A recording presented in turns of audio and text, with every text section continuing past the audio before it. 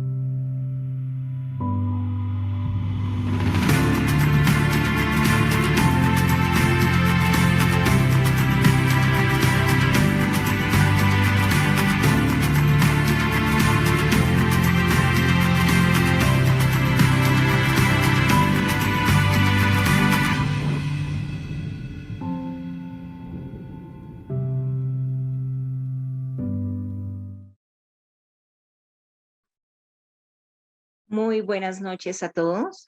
En nombre de Laboratorios Magna, les queremos dar la bienvenida y agradecerles su presencia en este encuentro virtual. Me presento, mi nombre es Mariluz Díaz, soy coordinadora de entrenamiento para los visitadores médicos del laboratorio y en esta noche vamos a contar con la compañía de la doctora Liliana Rojas. La doctora Liliana es especialista en terapéuticas alternativas y farmacología vegetal de la Universidad Juan N. Corpas. Tiene formación en medicina estética, en medicina del envejecimiento de la Universidad Autónoma de Barcelona y también tiene formación en homotoxicología de la Universidad del Bosque. Es docente universitaria en el área de nutrición clínica y medicina preventiva y estilos de vida saludables en la Universidad Juan N. Corpas. Tiene una maestría en trastornos de conducta alimentaria y es técnico en nutrición. Por eso consideramos que la doctora Liliana es la persona ideal para hablarnos de este tema esta noche. La suplementación basada en los requerimientos y límites tolerados por el cuerpo humano. Doctora, muchísimas gracias en nombre de Magna por aceptar esta invitación. Queremos transmitirle nuestro agradecimiento y contarle que vamos a estar aquí en este webinar muy pendientes de las preguntas que todos los médicos nos vayan a hacer para podérselas transmitir a usted al final. Entonces, a todos los invitamos desde ya a que las dudas que vayan surgiendo las depositen a través del chat. Doctora, bienvenida. Muchas gracias al laboratorio, a Magna, a Mari, a todas las personas que están haciendo posible esta transmisión y sobre todo muchas gracias a los médicos que se están tomando este tiempo para tener un poquito más de conocimiento. La idea es que compartamos conocimientos, que todo sea en pro de nuestros pacientes y hoy específicamente pues estamos acá gracias a la invitación de Magna para hablar de un tema que es bien importante y es un tema con el que cada día nos vemos expuestos, pero que también es importante que no comamos entero, que empecemos a preguntarnos si realmente vale la pena, no vale la pena, en qué casos sí, en qué casos no. Van a ver que mucho en el área de comercial se ve que te venden un montón de ideas y entonces te vuelven casi que dependiente de un producto y en realidad lo que nosotros tenemos que hacer es tener el conocimiento para tomar decisiones basadas en la evidencia, basadas en nuestro conocimiento clínico. Así que después de haber vivido una pandemia, después de haber sobrevivido a una pandemia, teniendo en cuenta toda esta ola que se nos está viniendo ahora de lluvias, cambios climáticos, como esto inmediatamente empieza a afectar también la salud de todos, cómo empiezan a verse nuevos virus y realmente estamos muy cerca a tener, desafortunadamente ya lo sabemos, otra pandemia, pues qué mejor que utilizar las herramientas de nuestro propio cuerpo para estar preparados, ¿verdad? Y de eso se trata. En homeopatía pues, y en homotoxicología nosotros no hablamos de una entidad maligna o una enfermedad como tal, sino hablamos de la importancia que tiene el terreno para que determinada noxa o determinada sustancia cause una alteración en esa homeosíntesis de mi cuerpo, en esa alostasis que yo debería tener, porque esa alostasis, porque está en contacto, en completo movimiento todo el tiempo. Y claro, si hay algo que me esté alterando, pues va a hacer que esa bacteria o ese virus empiece a tomar ventaja. Entonces, sin más que pues este preámbulo, voy a comentar con ustedes algunos datos y vamos a hablar precisamente de esto que significa, qué es suplementar. Y podríamos hablar de suplementación, es más, solo de vitamina C podríamos estar hablando 2 horas, de omega 3 podría estar hablando una semana entera. Hoy vamos a hacer como un resumen de lo más importante y vamos a enfocarnos, ya van a ver ustedes en la que es la reina de la corona en estos momentos. Entonces, sin más, voy a compartir pantalla.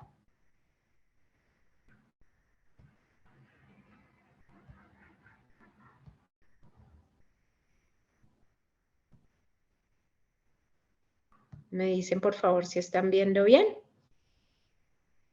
Presentación está perfecta, Meda. Gracias. Listo, excelente, muchas gracias. Entonces, lo primero que tenemos que tener en cuenta, y me encanta esta diapositiva que lo que nos está mostrando es que es la naturaleza y que es a través de los alimentos en su forma natural en donde obtenemos la mayor cantidad de nutrientes.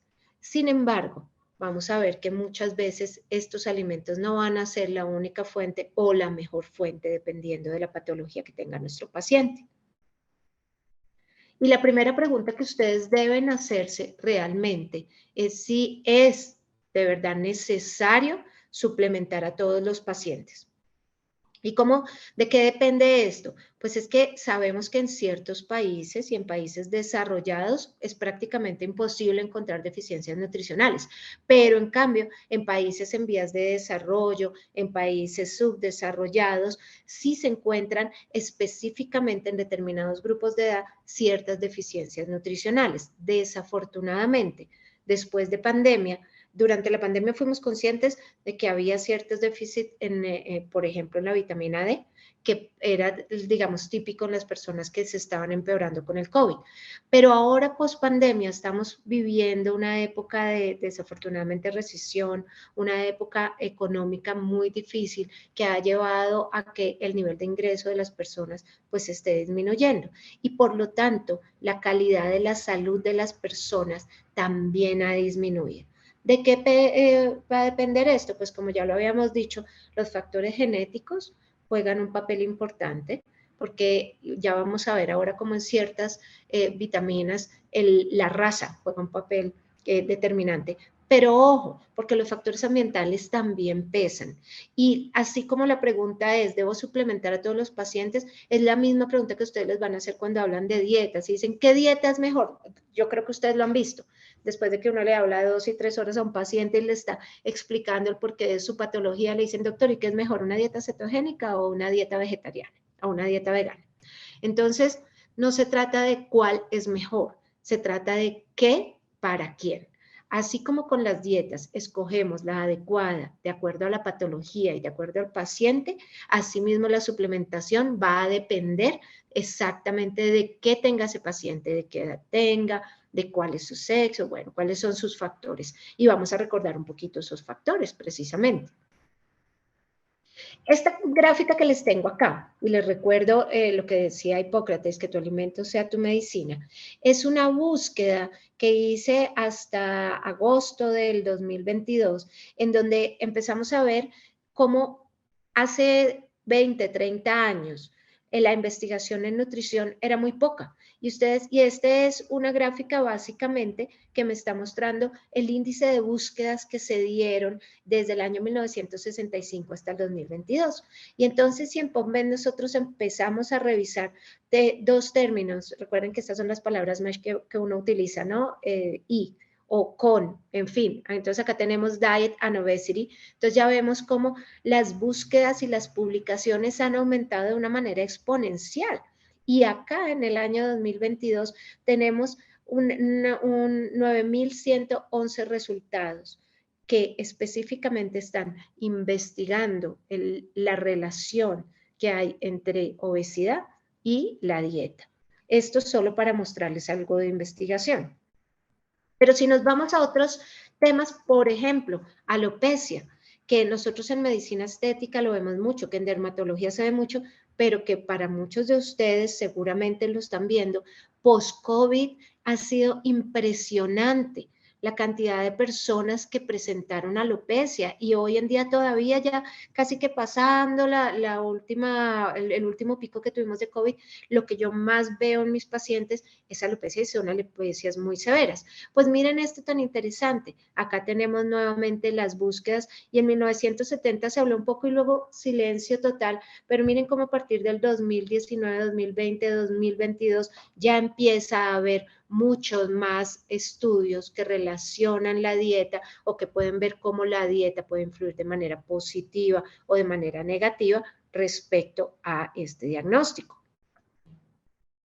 Otra búsqueda común, dieta y acné. 1968 algo alcanzó a mencionarse, luego de vez en cuando salía uno que otro artículo y miren cómo en el 2022 a la fecha cada vez tenemos más búsquedas, más publicaciones y digamos que una de las ventajas que tenemos hoy en día es que como rompimos la barrera del tiempo y el espacio con el internet, en este momento yo estoy comunicada con ustedes y ustedes pueden estar no solo en otra casa, sino en otra ciudad o en otro país.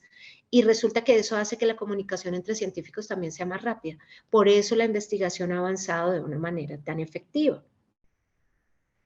Y entonces ya tenemos claro que el concepto de malnutrición y malnutrición no es lo mismo que desnutrición. Malnutrición es cuando yo no tengo un equilibrio adecuado entre la cantidad de macronutrientes y micronutrientes que yo estoy obteniendo de la dieta. Y estos efectos se van a dar a nivel de todos los sistemas, pero específicamente está demostrado que las enfermedades crónicas como la diabetes, la hipertensión y la obesidad, siendo todas enfermedades prevenibles con estilos de vida, tienen relación con déficit o con alteraciones de malnutrición.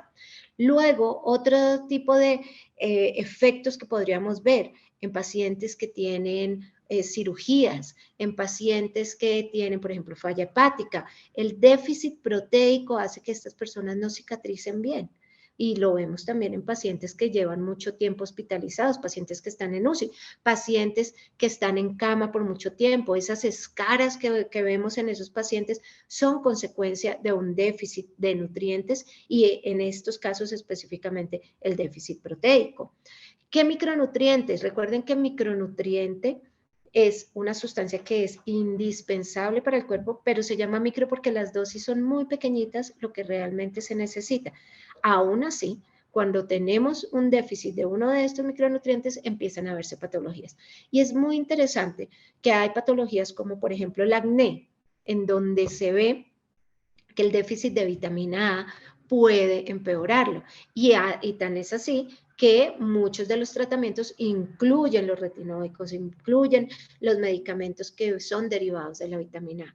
Pero también sabemos, y hoy en día cada vez está más explicado, nosotros en medicina alternativa, desde hace muchos años, no recomendamos el consumo de lácteos, no recomendamos el consumo de carne roja para pacientes que sufrían de acné. Y hoy sabemos que esas carnes rojas y esos lácteos son ricos en vitamina B12 y esa vitamina B12 cuando se consume en exceso también favorece la aparición del acné. Entonces miren qué bonito como el correcto equilibrio, esto es lo que nos muestra precisamente que debe haber un correcto equilibrio entre unas y otras sustancias. Recuerden que los macronutrientes que se me iba pasando, pues son las proteínas, las grasas y los carbohidratos. Y los micronutrientes son todas estas vitaminas hidrosolubles, liposolubles y todo lo que son oligoelementos que se necesitan en cantidades muy pequeñitas. Tal vez el tema que más hemos estudiado recientemente, en los últimos 20 años, pues es la obesidad y la diabetes. Hemos visto cómo a comienzos de este año ya se disminuyó, se declaró que se había disminuido la expectativa de vida en Estados Unidos y se disminuye precisamente por causa de la diabetes y la obesidad, y como consecuencia de estas enfermedades aumento de mortalidad. Imagínense eso, que una enfermedad completamente prevenible como la obesidad esté causando que la gente viva menos en un país tan poderoso.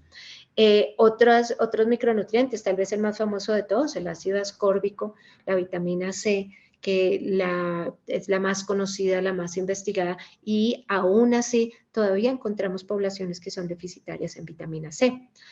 Tenemos el zinc. El zinc no solamente nos va a ayudar en la cicatrización, el zinc es tal vez uno de los micronutrientes más importantes que utilizamos en medicina del envejecimiento, porque ayuda a fortalecer los folículos pilosos, porque ayuda a la producción de fibroblastos, porque ayuda o interviene en la producción de colágeno como tal. Y recuerden que el envejecimiento se está dado, es por esta pérdida de colágeno. Y pues si vamos en lo macro respecto a estos nutrientes, pues recordemos que en Colombia hemos tenido problemas desafortunadamente por el cultivo los cultivos ilícitos y la fumigación crónica de nuestras tierras. Entonces, ya sabemos que hay un déficit en la capacidad de esa tierra para absorber los nutrientes, y esto pues se va a ver reflejado en que los alimentos que se están cultivando pues no van a tener el mismo valor nutricional que tal vez podría tenerse en un cultivo que esté en una tierra que no haya sido fertilizada, o en un cultivo que yo pueda controlar, en un cultivo orgánico. Incluso cultivos hidropónicos se dice que también pueden tener déficit de micronutrientes precisamente porque no tienen esa capacidad de estar pegados a la tierra. Entonces, ¿qué sabemos? Pues que hasta el 85% de las deficiencias de nutrientes en los seres humanos están relacionadas con otras patologías como osteoporosis, patologías como fibromialgia, dolores musculares, mucha enfermedad de dolor crónico tiene que ver con déficit nutricional. Y sí existen políticas a nivel público, existen políticas no solo a nivel nacional, sino a nivel mundial. Recuerden que la FAO, que es la Food and Agriculture Organization, que es la que se encarga precisamente de hacer toda la investigación determinando cuáles son las necesidades nutricionales de las diferentes poblaciones, y eso también es interesante porque varían de acuerdo a la talla, a las costumbres, a los climas. No es lo mismo lo que puede necesitar una persona en un invierno prolongado respecto a vitaminas, que por ejemplo necesitaría unas altísimas dosis de vitamina C, que lo que puede necesitar una persona en una región tropical. Asimismo, en salud pública también se habla de la fortificación de los alimentos. Y aunque aquí en Colombia empieza a hablarse algo de alimentos funcionales, se ha hablado más de alimentos funcionales desde el punto de vista más como de negocio que como política que obligue a los alimentos a que sean fortificados. Pero un ejemplo muy interesante es las harinas. En general, la harina de trigo viene fortificada siempre con vitaminas, y específicamente con vitaminas del complejo B. Entonces es difícil también muchas veces las personas que quieren hacer una dieta vegetariana suelen decir o suelen preocuparse por el déficit de vitamina D, y resulta que de vitamina B, perdón, y resulta que si comen harinas, pues en las harinas encontramos esa vitamina B. Otros alimentos que suelen estar fortificados, las mantequilla, o sea que proviene de los lácteos, la leche, los yogures, vienen fortificados con vitamina D, con vitamina A también. Entonces, muchos alimentos tienen alguna suplementación nutricional, ya viene dentro de ellos. Ojo con esos alimentos para niños que vienen y tiene vitamina C, este juguito tiene vitamina C, porque normalmente esa vitamina C que le han puesto es para contrarrestar la cantidad de químicos que pueden tener, especialmente disruptores endocrinos o colorantes, y entonces ahí ponen vitamina C como para equilibrar un poquito esas cantidades. Acá este es un gráfico bien interesante, es un gráfico del DANE, en donde se ve la mortalidad entre hombres y mujeres que estaba de una u otra manera relacionada con deficiencias nutricionales y específicamente con anemia. Y dense cuenta cómo existe en hombres y mujeres prácticamente la misma proporción de déficit, pero en realidad este déficit se ha mantenido, o sea, la proporción ha sido casi igual a pesar de que tenemos investigaciones, a pesar de que cada vez hay más estudios, pues todavía sigue existiendo ese déficit nutricional. Sí, se ha disminuido la mortalidad. En el año 2018 ya estábamos hablando de una disminución de más o menos 400 en número, pero aún así sigue siendo una mortalidad alta. Y acá esta publicación, esta revista que es de UNICEF, habla de la seguridad alimentaria y la nutrición en el mundo.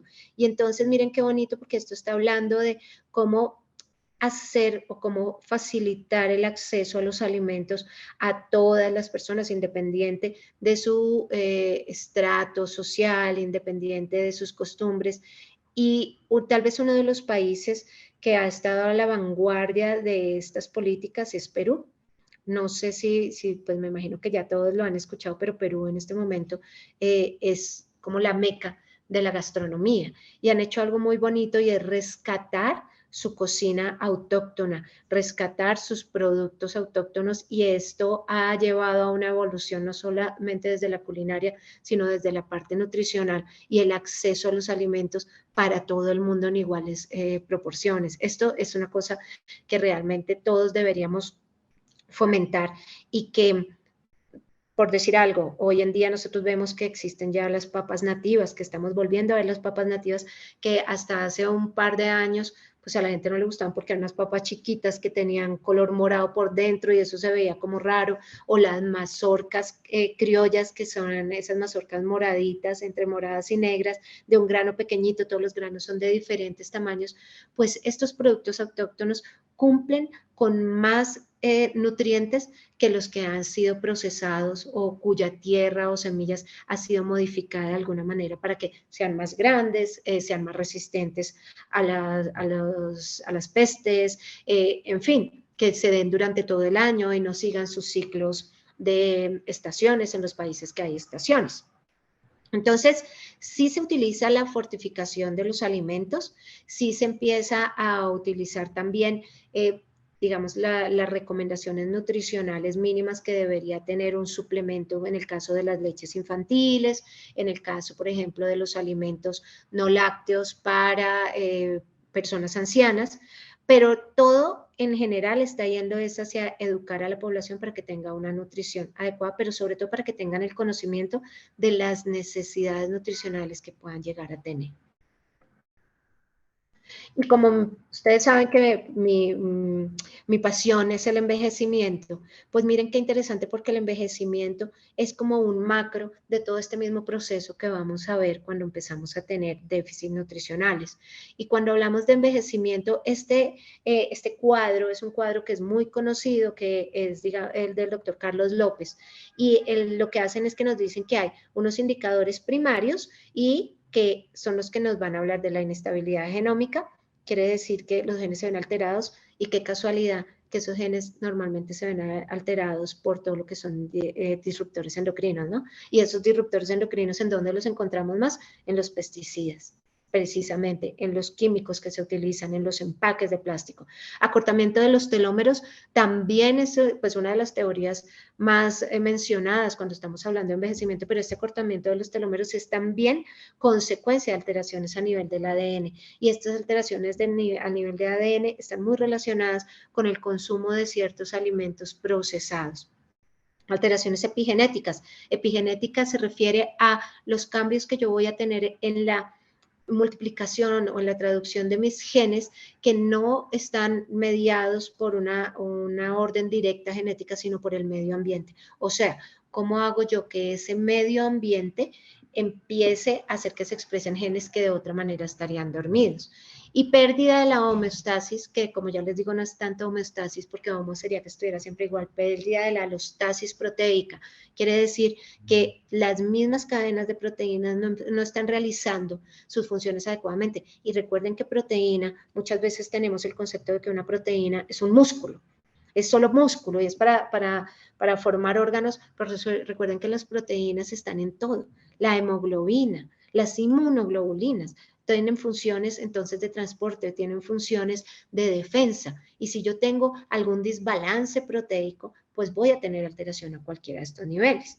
Y esto pues obviamente me va a llevar a senescencia, o sea, envejecimiento celular, a disfunción mitocondrial y a disregulación de la detección de nutrientes. Entonces, esto se va haciendo un círculo vicioso, porque no tengo nutrientes y mi célula empieza a alterarse, la mitocondria no funciona adecuadamente, se altera la multiplicación o la replicación del ADN y empiezo a tener acortamiento de telómeros, empiezo a tener envejecimiento. Y como consecuencia de ese envejecimiento, se repite nuevamente este problema. Entonces, miren qué bonito es esto.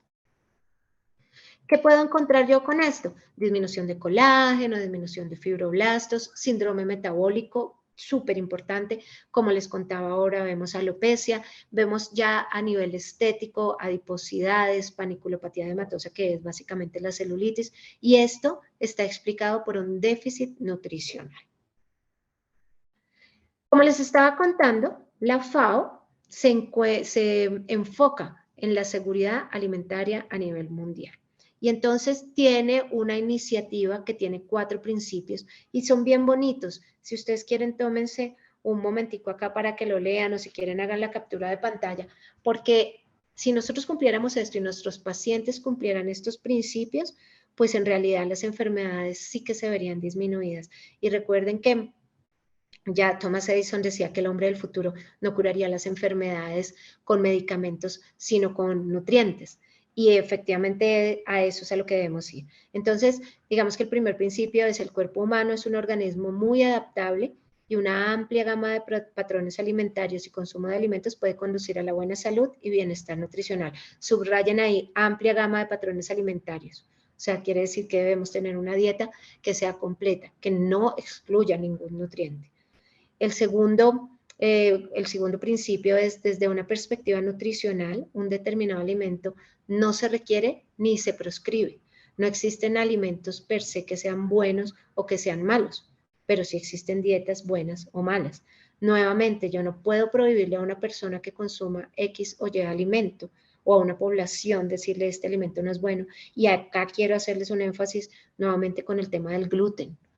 Es cierto que el gluten produce inflamación en ciertas poblaciones, pero cuando se hacen los exámenes para diagnosticarlo, en realidad la población colombiana, muy poca población colombiana es intolerante al gluten. Luego, el tercer principio dice, las dietas por sí mismas solamente se pueden calificar como buenas en malas en relación a un número de otras variables, que van desde el estadio fisiológico del individuo hasta el grado de actividad física, preferencias del estilo de vida y condiciones ambientales.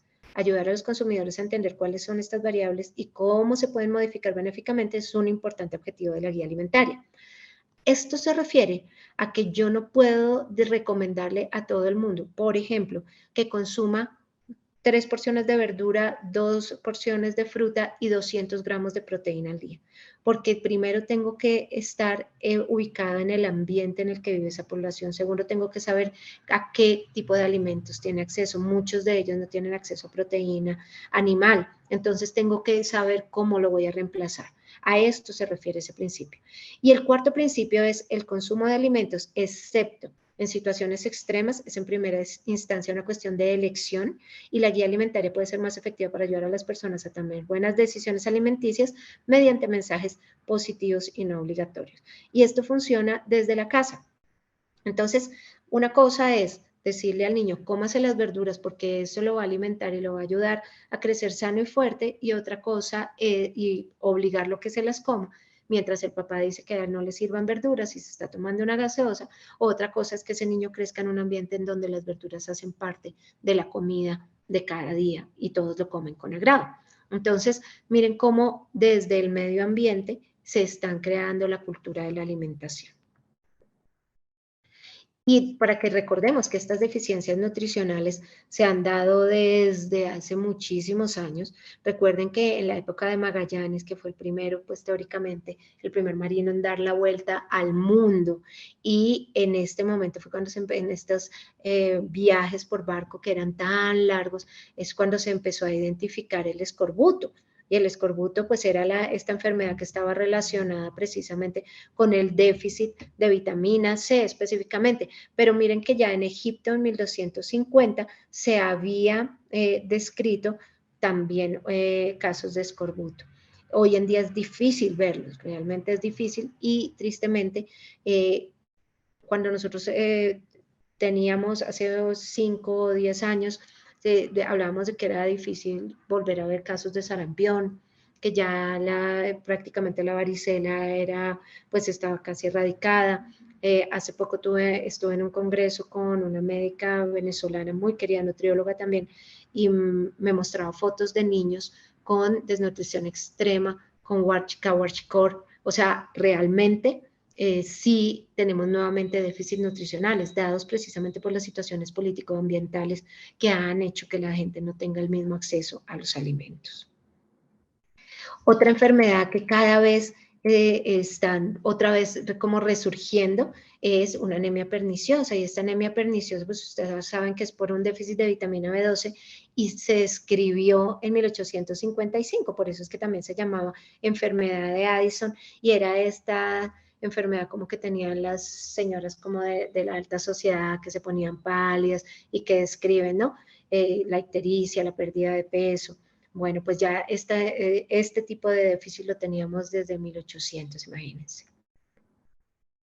Anemias megaloblásticas, y para hablar de anemias, mejor dicho, podríamos tomar también toda 8 horas de clase viendo cuáles son los tipos de anemias, pero en anemias megaloblásticas recordar que se origina cuando tenemos cierto déficit de nutrientes y de vitaminas, y miren que la vitamina C también está incluida en este diagnóstico, y la vitamina B12, obviamente los folatos. Entonces, ¿qué pasa? Podemos tenerla o por aporte insuficiente en la dieta, o por mala absorción, que cada vez es más común, porque eso sí que lo vemos ahora con el síndrome de intestino irritable, o con enfermedades de mala absorción, digamos, genéticas como tal, o podemos tener un aumento de las necesidades de nutrientes que no alcanzan a ser, que no se pueden suplir con la dieta, y eso específicamente en los casos de carencia de ácido fólico. Recuerden que con todos los problemas que tenemos ahora de migraciones y desnutrición crónica, esto sí que lo estamos viendo. Alteraciones del metabolismo, que hacen que no se absorba adecuadamente, y ciertos medicamentos que intervienen en la absorción, o que no permiten la correcta absorción de estos nutrientes. Entonces, la primera pregunta que deberíamos hacernos es, ¿estos suplementos o los suplementos que encontramos hoy en día están hechos para complementar la nutrición o para sustituirla? Y entonces, recordemos un poquito, antes de tomar una decisión al respecto, cuáles son estos micronutrientes que tenemos a la mano, que necesitamos. Entonces, primero, pues las vitaminas. Recordar que de las vitaminas tenemos vitaminas que son solubles y vitaminas que son liposolubles, hidrosolubles, perdón, y las que son liposolubles. Que dentro de las vitaminas liposolubles está la vitamina A, E, D, K, que son súper importantes, pero que de las hidrosolubles tenemos todo el complejo B de la vitamina C. Miren que siempre lo hemos visto, y las abuelas ya hablaban de que cuando una persona tenía problemas de visión, que tenía nictalopia, que no podía ver bien en la noche, entonces le decía, eso es falta de vitamina A, y le daban zanahoria. Que para la piel, entonces siempre le decían que había que comer vitamina E, que tomar frutos secos, ¿verdad? Todos sabemos, y a todos nos han enseñado siempre desde la escuela, pero también en el común de las personas, la importancia del consumo de pescado, la importancia del consumo de calcio. Pues bueno, todas estas vitaminas las encontramos realmente en la dieta, y encontramos que el hecho de consumir una dieta que sea completa, que sea suficiente y que sea variada, debería poder darnos todos los nutrientes. Desafortunadamente, la dieta que estamos consumiendo hoy en día no alcanza muchas veces a suplirlo. Entonces, miren este cuadro que les hemos traído, y es un cuadro en donde están digamos, la cantidad, la ingesta recomendada de vitaminas, y en este caso, este es de las hidrosolubles. Y si ustedes se dan cuenta, en grupos de edades pequeñitos, entre 1 y 3 años, la vitamina C se necesitan 25 miligramos al día, o sea, realmente es una dosis que no es tan alta. De tiamina 0,5, riboflavina 0,0, o sea, son dosis bien pequeñitas. A medida que vamos creciendo y ya en la vida adulta, estamos hablando de entre 200 hasta 500 miligramos al día. Esto es una dosis recomendada que debería ser aportada por la dieta. Y esto sería fantástico si todo lo que yo consumo en la dieta lo pudiera absorber. Pero muchas veces esto no se da debido a las enfermedades que tenemos de base, debido a los otros compuestos que estoy consumiendo en otros alimentos que hacen que no se puedan absorber. Y en el caso de las vitaminas, específicamente el tema de la cocción, por ejemplo, hace que las vitaminas y las proteínas se desnaturalicen, entonces no se absorben de manera adecuada, no se absorbe toda la cantidad. Y acá es el mismo cuadrito, pero en cuanto a vitaminas liposolubles. Y entonces acá sí me parece súper interesante que nos demos cuenta que, por ejemplo, la vitamina A necesita unas dosis muy altas, muy altas. Y la vitamina D, cada vez vimos ahora con la pandemia, que había una relación muy clara entre morbimortalidad y déficit de vitamina D. Y aunque durante el embarazo y en la edad adulta y adolescencia, se dice que se necesitaban, estos son microgramos, no en unidades internacionales, en microgramos, 15 microgramos, ahorita vamos a ver el cuadro de conversión, ya sabemos que la vitamina D es tal vez de las vitaminas que más se necesitan.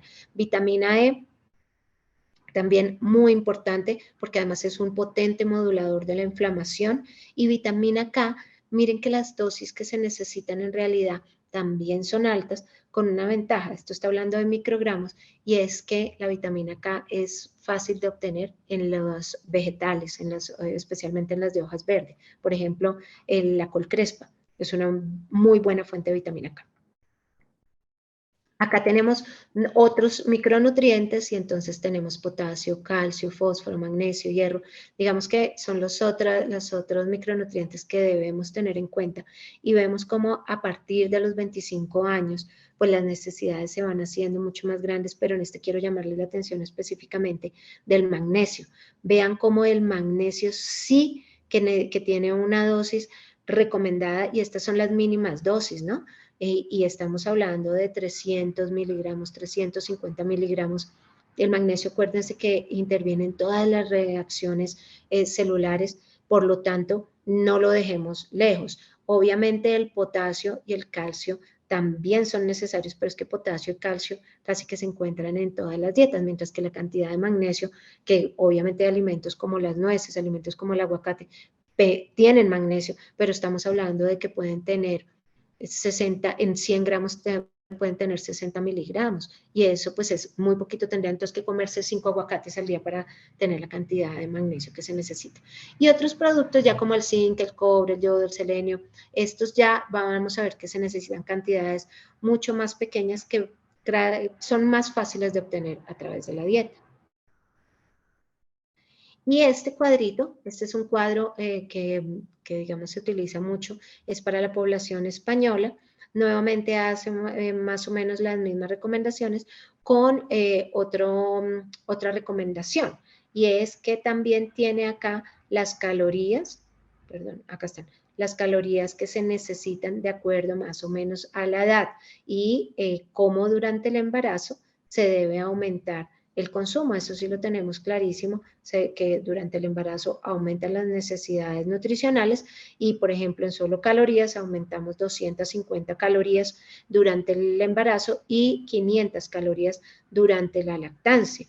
Y así debemos aumentar también el consumo de calcio, el consumo de proteínas y el consumo de vitaminas. Miren que incluso la vitamina C aumenta 80 miligramos más, y la vitamina D también está aumentando, aumenta en microgramos 15 puntos más.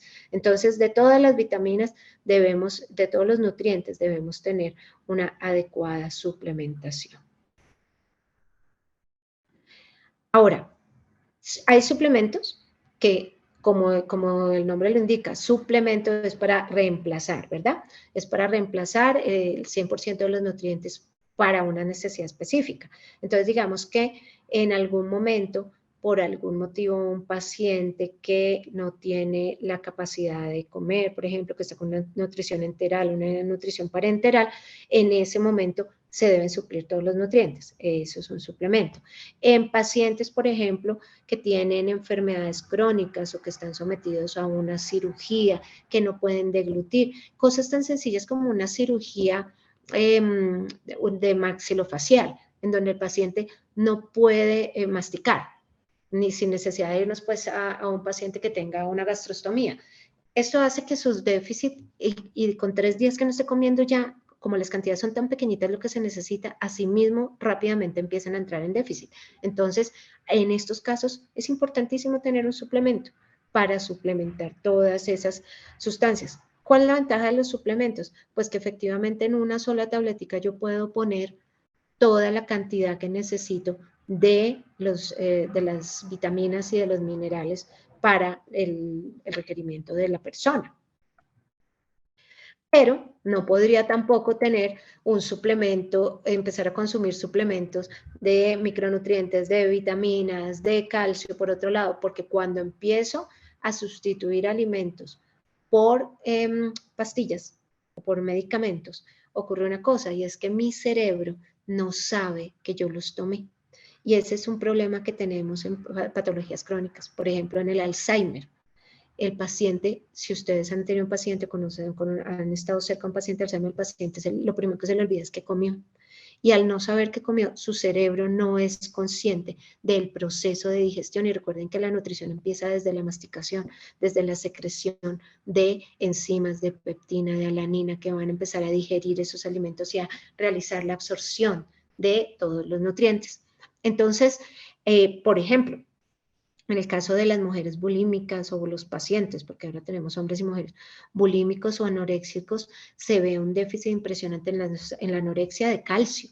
Y en el caso de la bulimia de vitamina B12, mala absorción de vitamina B12, esto va a hacer que así estos pacientes piensen que tomarse una pastilla les va a suplir esas necesidades. Esto no se va a dar porque el cerebro también tiene que interactuar con el proceso de masticación, que es otra de las razones por las que cuando vamos a consumir suplementos deberían ser acompañados de las comidas. Pero entonces, así como yo tengo necesidades de los nutrientes, también si me excedo en nutrientes, puedo tener consecuencias. ¿Qué es importante acá? Como les decía, por ejemplo, en el caso de la vitamina A, todo lo que tiene que ver con la disminución de la visión nocturna, problemas relacionados con ceguera, esto digamos que podría estar relacionado con déficit de vitamina A.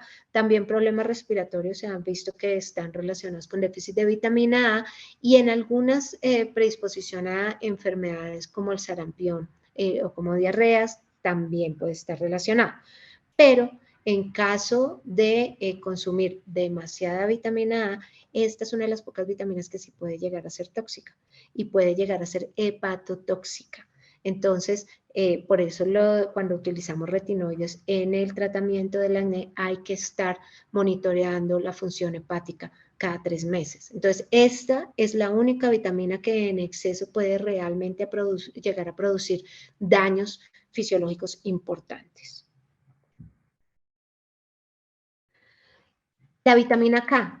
La vitamina K es, digamos, una de las vitaminas que, como les decía, es más fácil de obtener en la dieta si tenemos una dieta equilibrada y si consumimos vegetales normales, pero recuerden que en los niños son deficitarios en vitamina K y por eso es que cuando nacen, pues lo primero que se hace es suministrar su dosis de vitamina K. Otras pacientes que tengan problemas de mala absorción, que tengan problemas de intestino permeable, que tengan problemas de cirugías, si no tenemos un aporte adecuado de vitamina K, pues vamos a tener riesgos también de sangrados.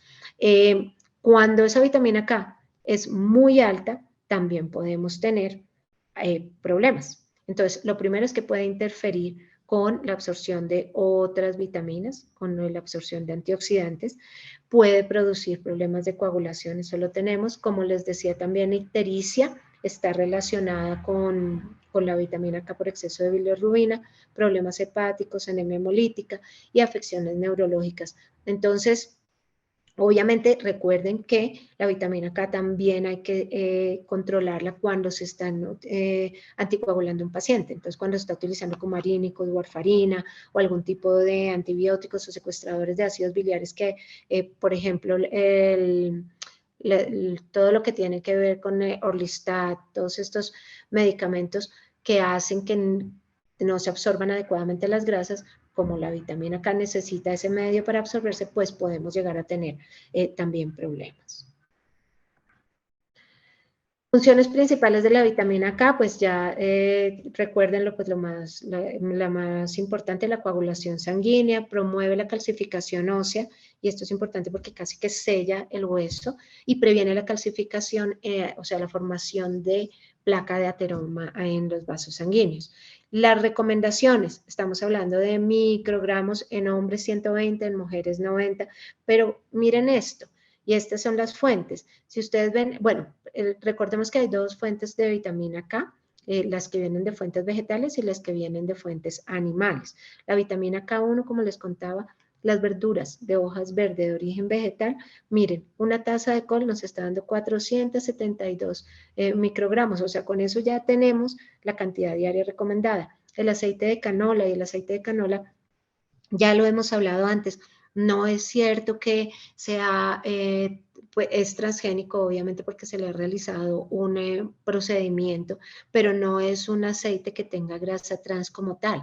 Entonces, tampoco es que lo vayamos a satanizar, y cada vez hay más estudios que nos muestran que estos aceites vegetales a la larga no eran tan malos.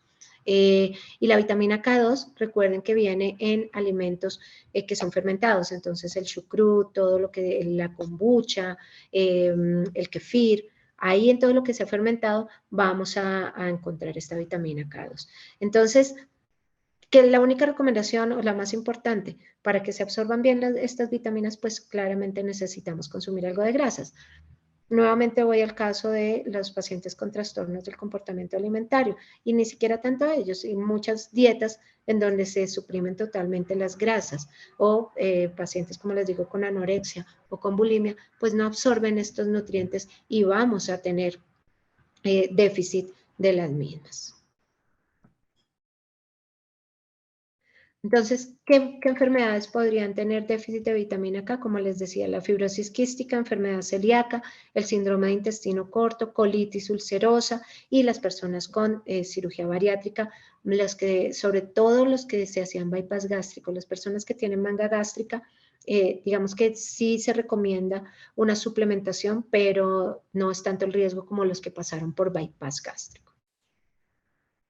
Vitamina E. Tal vez una de las vitaminas más conocidas y las que más se utiliza, tampoco se necesita una dosis muy alta.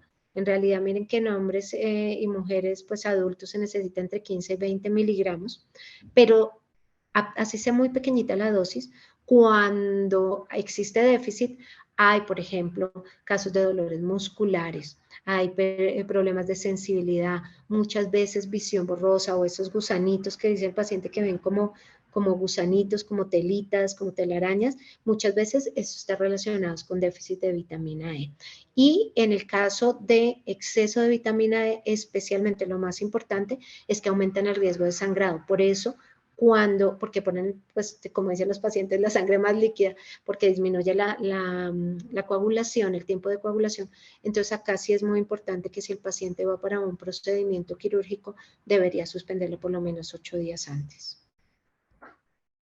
Miren, esto que me interesa muchísimo que lo tengamos claro, que son los niveles de vitamina D que necesitamos o que cuando ustedes pidan el laboratorio, cuando lo cuantifiquen, diferenciemos entre en nanogramos o nanosmoles, porque esto pues es mucha la diferencia entre uno y otro. Entonces, casi siempre, acá no la reportan en nanogramos en Colombia, y hablamos de un déficit, y es un déficit severo menos de 20, hablamos de una insuficiencia entre 20 y 30 y de niveles suficientes cuando tienen más de 30. Si estamos hablando de nanosmoles o unidades internacionales, hablamos de menos de 50 déficit, entre 50 y 75 insuficiencia y más de 75 suficiencia. Y acá vemos cómo a medida que va pasando el tiempo, y esta es una referencia, en el año 2003 ya se hablaba de que se necesitaban 600 unidades internacionales, era la recomendación. Hoy en día ya se dice que ya hemos visto cómo cada vez aumentamos más, ¿no? Y en el 2018 ya se hablaba de que adolescentes entre 14 y 18 años y de 19 y más pueden necesitar 4.000 unidades internacionales al día. Y dense cuenta que ahorita durante la pandemia en COVID hemos hablado hasta dosis de 7.000 unidades, porque tenemos el tema que les contaba, cómo los factores genéticos y ambientales también pesan. La población latinoamericana, el 75%, somos deficitarios en vitamina D, y eso tiene que ver con nuestra piel. Irónicamente, nosotros estamos en la línea ecuatorial y deberíamos tener una correcta exposición solar, pero también tenemos el tema de la radiación, la contaminación y la prevención que debemos tener de cáncer de piel, que hace que utilicemos protector solar todo el tiempo. Todos estos factores hacen que la absorción de la vitamina D, que necesita de la luz solar para sintetizarse, pues no sea la adecuada. Entonces miren cómo pasamos de 600 unidades internacionales ya a 4.000 unidades en el 2018. Y como les contaba, entonces en nanogramos, que es lo que más utilizamos, hablamos de déficit, y para una persona que tenga menos de 20 de vitamina D, hablamos de una suplementación que debería estar entre 2.000 y 6.000 unidades día. Si tenemos una insuficiencia que es entre 20 y 30, hablamos entre 1.000 y 2.000 unidades día.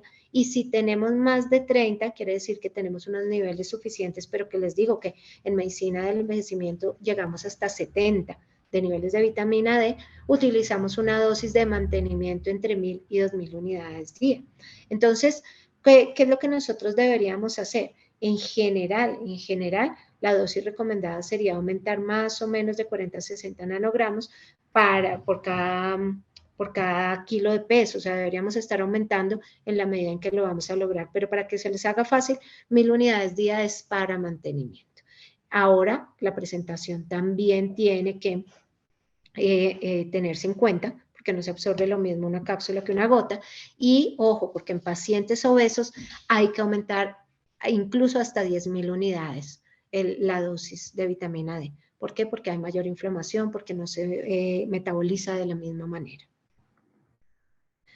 Y pues definitivamente existen distintas presentaciones, pero la ideal, como les decía, la presentación que viene en gotas nos permite cuantificar de una manera adecuada, saber cuánto le estamos dando a nuestro paciente, y podemos tener dosis que vayan desde 1.000 unidades incluso hasta 10.000 unidades. Y sabemos que aunque debemos estar cuantificando cada 3 meses, y mi recomendación en realidad es que a los 2 meses ya lo cuantifiquemos, porque con este producto realmente es muy rápido que los pacientes alcanzan los niveles adecuados, pues lo ideal siempre van a ser las gotas.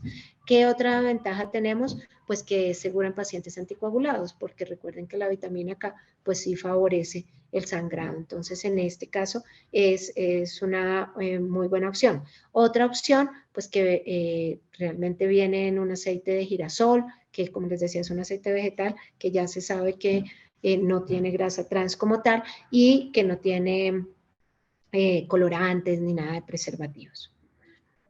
¿Y a qué viene esto de colorantes y preservativos? Pues a lo que les estaba comentando inicialmente. Muchos de los productos que se utilizan como preservativos, por ejemplo, en cosmética, los parabenos, mucho de lo que se utiliza para que los productos duren más tiempo, pues van a hacer que de una u otra manera se altere la biodisponibilidad de esa sustancia. Entonces, ¿qué es lo que yo necesito y qué es lo que nosotros como médicos debemos ver para evaluar un suplemento nutricional? Primero, ver cuáles son las tablas de nutrientes, que es lo que yo ahorita les pasé. Eso lo consiguen ustedes ya en internet, eso ya se consigue, digamos, en cualquier parte, pero es fácil tenerlo para que nosotros podamos comparar. Bueno, ¿qué me está ofreciendo este? Por ejemplo, cuando ustedes tienen omega 3, van a ver que nosotros necesitamos unas dosis adecuadas de EPA y DHA y que lo ideal es que tengamos mínimo 1 gramo. Y van a haber productos comerciales que venden en ciertos supermercados y dicen omega 3 y resulta que tienen 40 miligramos de EPA, 25 de DHA y el resto aceite de pescado. Entonces, claramente ese no es un suplemento que vaya a servir. Para eso es que me sirven esas tablas nutricionales.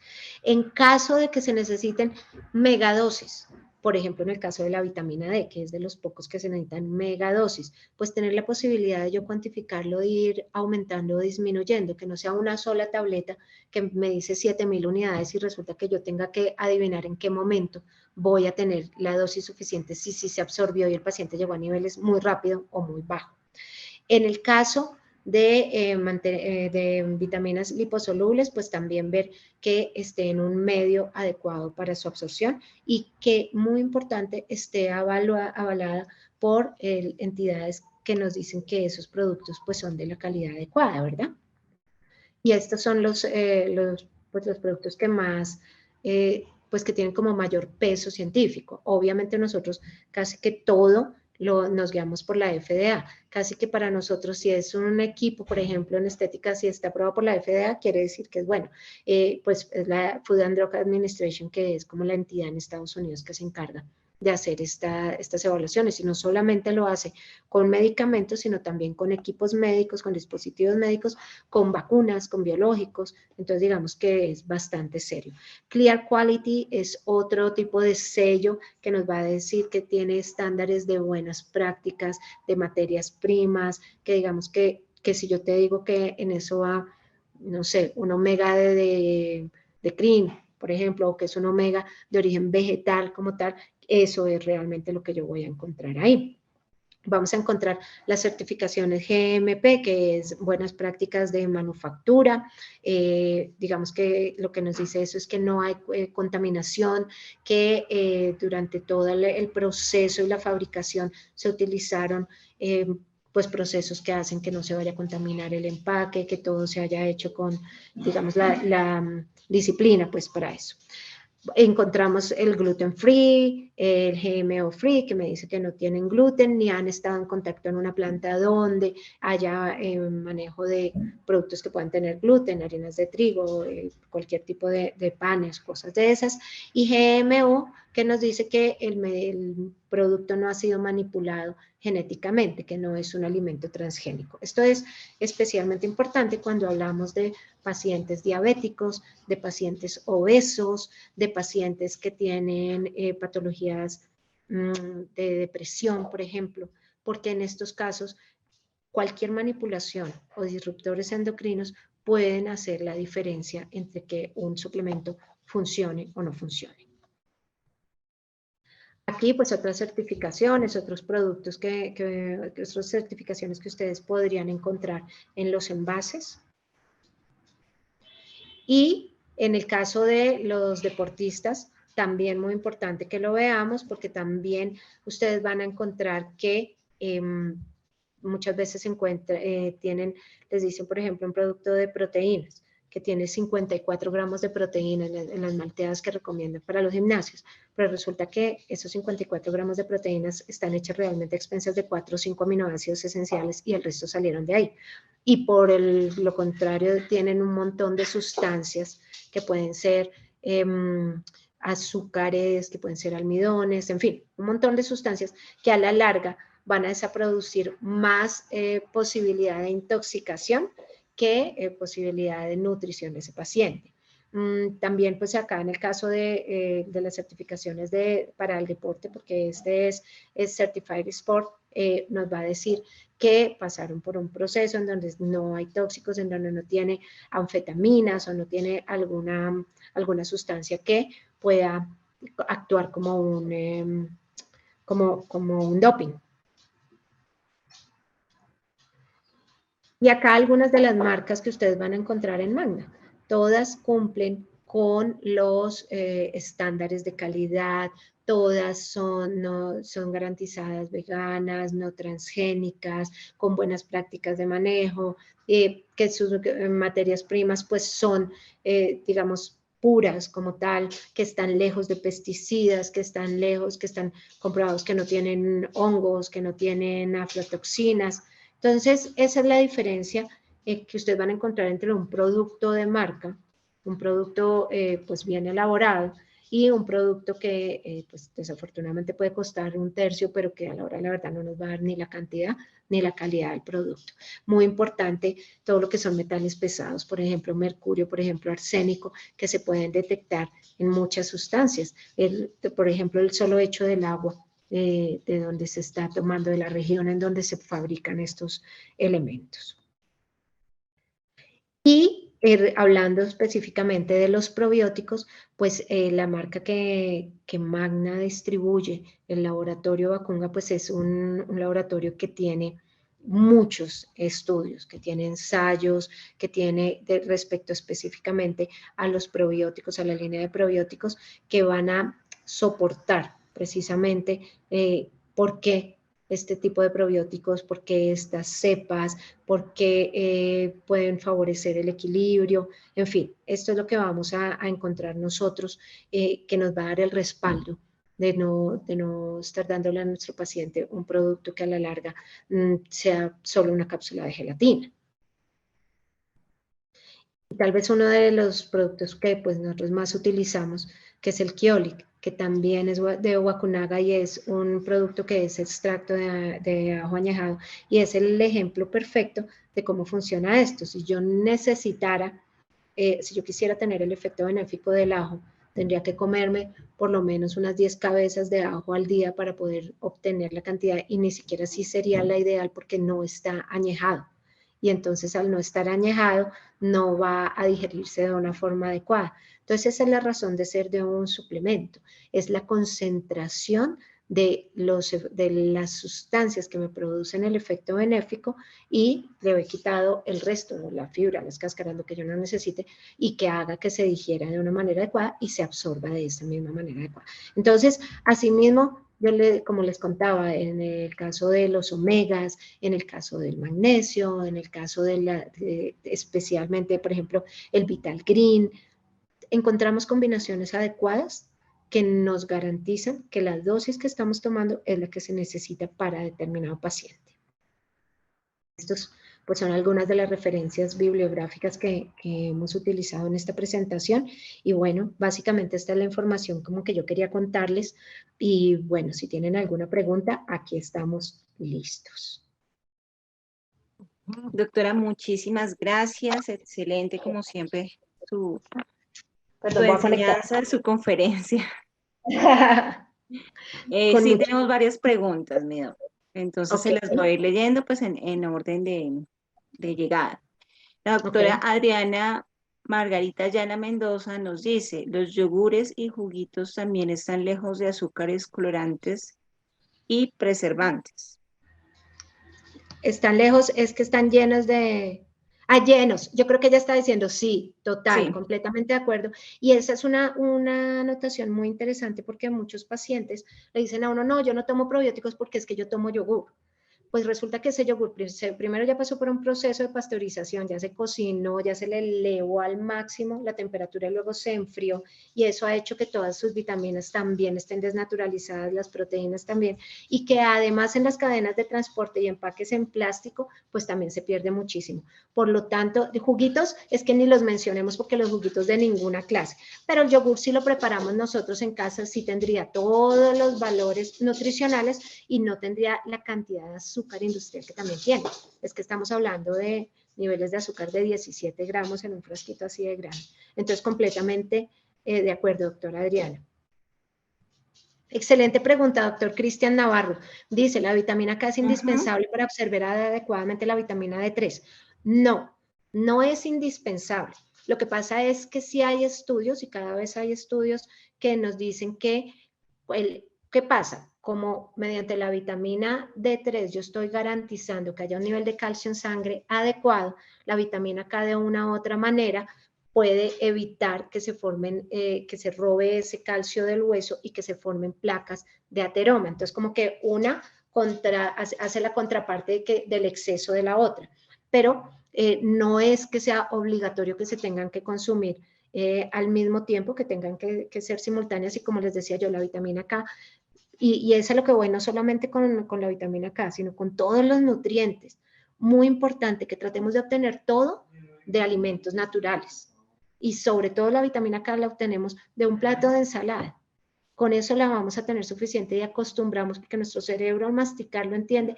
Y recuerden que también la flora intestinal va a jugar un papel importantísimo en esta absorción. Mientras que la vitamina D sí es que no la vamos a conseguir en la dieta. Ese es el problema, que la vitamina D sí no la conseguimos en la dieta.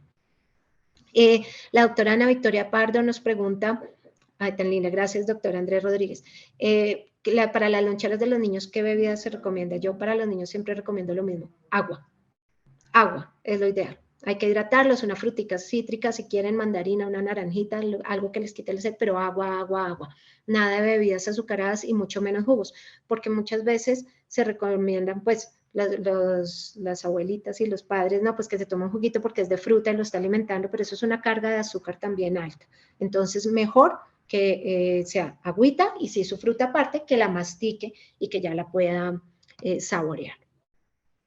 El doctor Cristian Navarro también nos hace un comentario y es que la vitamina D3 es un gran antiviral. Sí, recuerden que lo utilizamos muchísimo precisamente ahora con COVID. Nos dimos cuenta precisamente que los pacientes que tenían COVID y que empeoraban eran aquellos que tenían déficit de vitamina D y por eso empezó a suplementarse en dosis ya de 4.000 a 6.000 unidades diarias.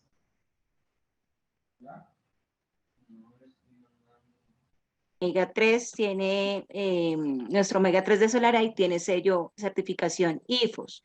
Realmente tiene certificación de biodestilación molecular, que es la que garantiza que no tenga metales pesados y por lo tanto no tenga disruptores endocrinos. Tenemos también un comentario del doctor Alba Montoya, dice, muy clara y completa la clase. Muchas gracias. Ay, tan bonito, muchas gracias, muchas gracias. Espero que hayan aprendido un montón. Bueno, a todos los asistentes les damos las gracias. Queremos pues también que a través del chat nos cuenten si ya están recibiendo visita médica, si desean que algún representante nuestro lo visite, para poderlo pues asignar a cualquier ciudad. Recuerden que nosotros estamos presentes en todas las ciudades de Colombia. Y, perdóname, Mari. Perdón, ¿sí? es que el doctor Osvaldo alcanzó a escribir ahí una pregunta si el uso de yogur griego es beneficioso en la dieta para los niños. Sí, doctor, es beneficioso. Pues obviamente va a mejorar toda su flora intestinal. Una sola precaución ahí, y es que como tiene tanta proteína, si se le da mucho, al niño no le va a dar hambre. Entonces, no debemos excedernos en la cantidad porque si no el niño no va a estar masticando, porque para ellos es más rico algo que no mastique y que le sepa medio dulcecito. Entonces es un complemento ideal. Yo no diría una taza, sino 1 o 2 cucharaditas mezclada con la fruta para que ellos tengan que masticar.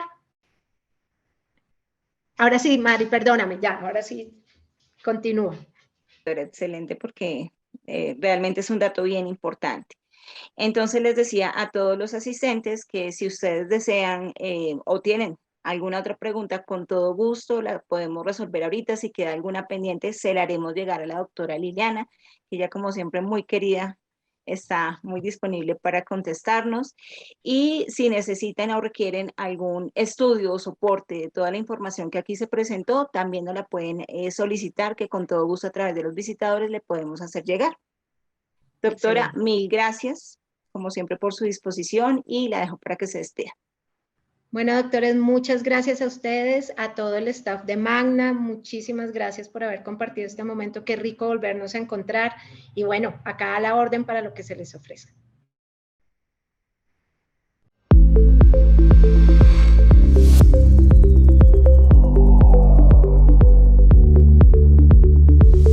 El suministro de probióticos en adultos ha reportado beneficios a la salud digestiva en la correcta asimilación de nutrientes y oportuna eliminación de desechos. Los probióticos interfieren con el crecimiento de patógenos y regulan la maduración del sistema inmune. Los últimos 20 años de investigación de la microbiota intestinal han llevado a los probióticos a ocupar un papel protagónico debido a la evidencia de su impacto en los procesos digestivos, inmunológicos, metabólicos y dermatológicos. Kyodophilus ofrece mejor adherencia y colonización al provenir de cepas humanas. Contiene la cantidad y combinación de cepas ideal para la correcta repoblación intestinal, regulación de procesos digestivos y equilibrio inmunológico. Respaldada con estudios clínicos que avalan su efectividad y estabilidad. Esta fórmula de Kyodophilus ha sido pionera y su presencia en el mercado sobrepasa los 30 años. Cuando de probióticos se trata, la experiencia marca la diferencia, porque muchos factores están en la balanza. Fabricado por Laboratorios Wakunaga, compañía dedicada a desarrollar productos de calidad con respaldo científico.